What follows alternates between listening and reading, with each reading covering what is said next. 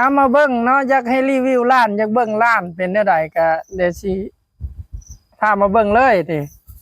แบบนี้เนาะร้านตุ้มร้านเขาเอิ้นนะมันจะมีทาง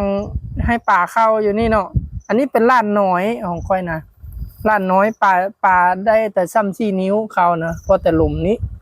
ถ้าร้านใหญ่ปากมันจะกว้างเนาะป่าใหญ่จะเข้าตูเป็นโลนึงโลปลายก็เข้าได้ร้านใหญ่มันเขาจะเฮ็ด2 ปากเนาะฝั่งนี้จะเฮ็ดทางเข้ามัน2 ปากร้านมันจะใหญ่ปลาตัวใหญ่เข้าเนาะปลากินหญ้าปลาตาแดงปลาสกางใหญ่ปลาปากใหญ่นี่โตระดับโลเข้าได้เนาะแต่อันนี้มันเป็นร้านน้อยร้านค่อยนะส่วนหลายปลากระบอกเข้าปลาปากน้อยปลาสกางน้อยนะแต่อย่างใหญ่ก็ซ้ำนี้4 นิ้วที่มันเข้าหลุมนะปากมันบ่ใหญ่เลยเนาะแล้วบางคนถามว่า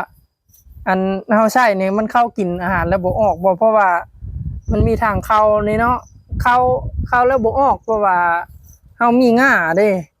นี่มันจะเป็นง่าแบบนี้นี่เฮาเอาเล็กเนาะเอาเล็กเฮ็ดมันคัดกันเวลาเข้าไปแล้วก็ออกบ่ได้มีง่าคล้ายๆกับง่ารอบง่าอย่างนี้แหละแบบนี้เนาะค่อยก็ใช้มาหลายปีแล้วอันนี้มันจนสิฮักมาละ4 ปีแล้วถือว่าใช้ก็พอได้กินเนาะแต่ละมื้อน่ะตอนเช้าเฮาก็มาใส่ไว้ค่ำๆเฮาก็มายามเอามื้อพอได้กินแรงเนาะพอได้ลาบคุมื้อได้ง่ายเนาะหาปลาแบบนี้ถ้าอยู่ตามแคมห้วยแคมเซ่อย่างน่ะก็หลายบ้านไผที่แคมห้วยแคมเซ่เขาจะมักใช้หรือว่าอยู่คลองเขาก็ใช้ได้เห็นเขาใช้อยู่เนาะอันนี้เป็นอุปกรณ์หาปลาแบบวิถีชีวิตบ้านตามบ้านนอกบ้านนาเฮานะคนใดมักหาอยู่หากินจะได้เห็นเนาะมีหลายแบบแล้วแต่เฮาถนัดเนาะ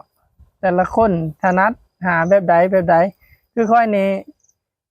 ก็พอได้ทุกอย่างเลยเนาะใส่เบ็ดใส่ตึกแหใส่ม่องหรือว่าใส่ตุ้มล้านใส่หยังหาได้ทุกอย่างแต่ก็บ่หวานปานใดพอได้กินหั่นนะพอบ่ได้ซื้อเนาะเฮาใช้ชีวิตแบบอยู่ตามบ้านนอกบ้านนาแบบนี้เฮาก็หาไปแบบนี้แหละ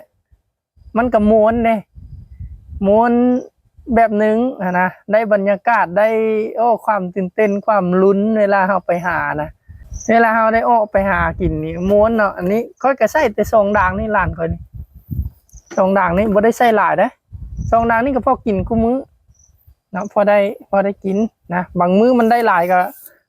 เลิกกินพอแล้ว2-3 โลก็ได้เนาะถ้าเป็นร้านใหญ่คือร้านเขาใส่นี่ใส่แถวน้ำเลิกร้านใหญ่เขาจะใส่น้ำเลิกเนาะปลาใหญ่เข้าเนี่ยบางที่เข้าเป็น10 โตก็มีเด้5 โต10 โตนี่ก็คุ้มค่าเลยแหละขายได้หลายแสนเลยเข้าเขาเริ่มสุกเหลืองเลยโอ้โหลมออกพัดบ่อยๆลงใส่ร้านอยู่น้ำห้วยนี่มันคักนี่ใครบ่ทันเคยก็ไปลองเบิ่ง